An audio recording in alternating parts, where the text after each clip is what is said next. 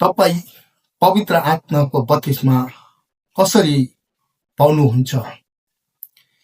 Many people ask Holy Spirit baptism कसरी पाइन्छ? Is there a secret method? नमस्कार मित्रहरू, आजको ट्रुथ सिम्पल छ।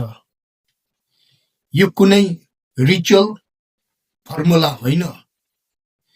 यो रिलेशनशिपको गिफ्ट हो अनि परमेश्वरको वचन बाइबलले मत्ती 7:7ले यसरी भन्छ, माग तिमीहरूलाई दिनेछ।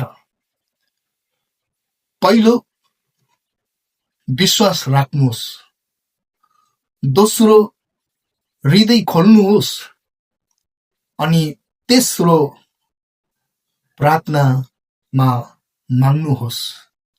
अनि परमेश्वरको वचन प्रेरितको काम 2:38मा यसरी लेखेको छ, पश्चाताप र विश्वासपछि परमेश्वरले पवित्र आत्माको वरदान दिनुहुन्छ।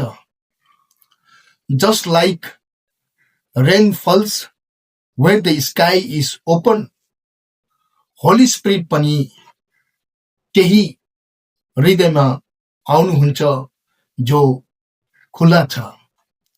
So remember, God is always ready to fill. Question is, are you ready to receive?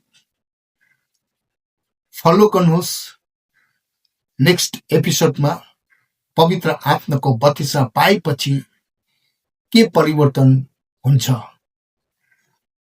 God bless you all.